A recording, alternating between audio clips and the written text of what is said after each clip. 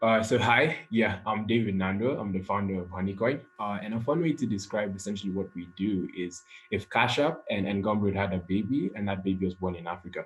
And as I go through this quick presentation, like my hope is you'll be able to see why that description is a really great fit for us. So let's talk about the problem. So P2P remittance in Africa is still extremely fragmented. You have like a lot of these great platforms trying to build X for Africa, but they're doing really well in a particular space or country and are scaling too slow to actually serve like a lot of the underserved communities that are still existing.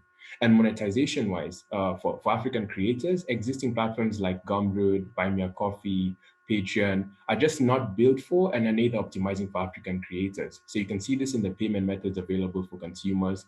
You can see this in the currencies that these platforms charge in, and even in the withdrawal methods available. So most of them only support US bank accounts or PayPal, which is just, it's definitely not able to accommodate African creators as a whole.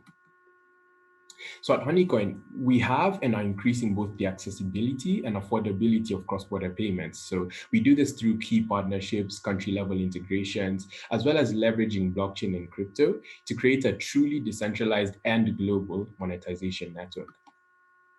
So as you can see through the quick demos that are playing on the screen at this time, we're also particularly focused on bridging the gap between fiat and crypto, but doing so in a way that allows our users to interact with both and it doesn't essentially feel friction. It doesn't have any friction or make them feel like they're interacting with two different entities. So since our launch in October, we've experienced very clear and early signs of product market fit. And this year, our North Star is essentially to just continue providing value to users and validating our product as well as scaling it to serve more and more users. So we're growing pretty exciting at about 5 to 10 users a day. And most of this traction has actually been organic. So our target market is essentially Gen Z and millennials, as well as creators. So if you think about writers, photographers, artists, and everyone really in the passion economy space, we are essentially building for and optimizing the platform for them. And there are a bunch of ways that we're particularly different, as you can see on the screen. So one big differentiator that will also be seen on our business model is we actually charge 0% on transaction fees. And unlike most platforms, we're essentially also optimizing for blockchain monetization, which we feel is only we're essentially just at 1% of what it's about to become. And we're pretty excited about that. Yeah, so as I mentioned briefly, in terms of our business model, we're optimizing ourselves to be the most affordable platform in the market. And that's why we actually charge 0% on transaction fees and only make our money by charging 4.5 to 7.6% on withdrawal fees, as well as 1% for all cryptocurrency transfers. So we're currently in these countries, but technically we can actually support more countries, but we'll be looking to scale into these additional countries by Q2 and Q3 of this year. At this time, I'm the only one on the team. So I built out the platform between April and September last year and launched it on October. And at the rate that we're growing and just, the traction that we're seeing, I definitely know that it will be time to expand the team this year. And I'm definitely looking to make some key hires in order to help us continue to scale the product and manage it, just based on the traction and initial pull that we've received. So we've currently closed our pre-seed round, but if there's anyone who's watching this at this time and interested in connecting, please don't hesitate to reach out to me. And yeah, thank you so much. Awesome. All right, well, that's a great pitch, David. And I'm not an expert, I would say, in the influencer and passion economy, but I do try to sit in on as many of those pitches as I can. And I do think the ability to enable frictionless payments, micro payments where the transaction fee isn't an inhibitor to people actually making a small payment is really exciting. I guess my first question is, is crypto, do you think, is that a hook to get people onto Honeycoin, or is that because crypto enables you to do the transaction fee free sort of payments? Explain to me why the crypto part is so important to Honeycoin and what you're doing. That's a great question. That's a really good question. So why we're really excited about crypto is because we've essentially built an off-chain ledger as well that allows for feeless transactions. So if you look at the transaction cost even on Ethereum at this time, it's about $16. So if we talk about just transacting on the blockchain layer, actually, it's not feasible long-term because you've already eliminated a bunch of consumers. And that being said, fiat-wise, the problem with fiat, like if you think about KES, NGN, UGX, and all of these local currencies, scaling into all of these particular markets is extremely slow. And why we're excited about crypto is because everyone, just like you need an email address to send an email to someone, with crypto, we essentially open up the whole continent without the friction of all the borders and regulation around fiat currencies.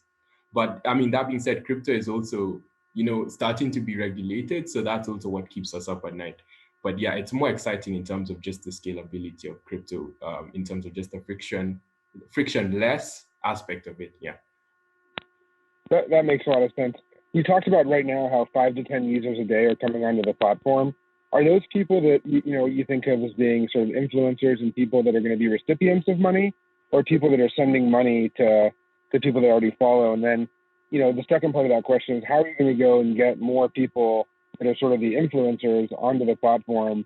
Because presumably, if you get enough of them, they'll bring their audience to Honeycoin, right?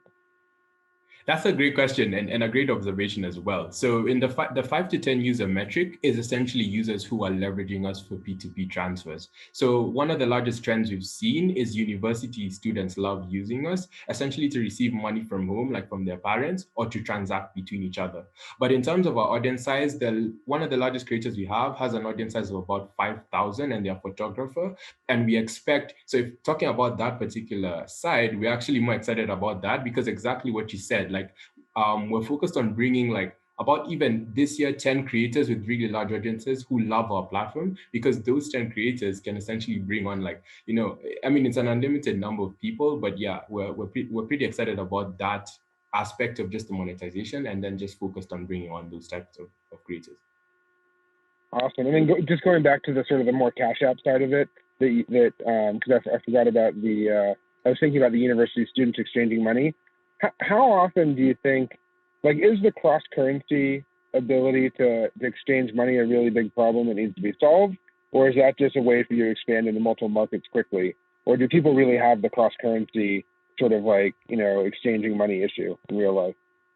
Oh yeah, that's a great question. So it's still a huge problem. If you think about like right now, why it's so fragmented is, banks essentially rely on SWIFT, and SWIFT was not actually built for the African continent. And so there's still like really large fees. So when you're sending money between borders, even from Kenya and Uganda, which share borders, you end up losing up to 20% and have to convert the money into USD to send to that particular country. But what we see is actually, in order to accelerate just the adoption for this and continue to serve underserved markets quicker, we need to be making like these key partnerships more and more with players who are already on the ground to essentially build a pipeline across the continent to now allow users to transact in their own currencies, their local currencies, whilst bringing the costs to zero, hopefully, and then allowing them to essentially save up to like the most amount of money when they are receiving the currency that they're receiving. That makes a lot of sense. Well, look, I'm excited for Honeycoin. Thanks so much.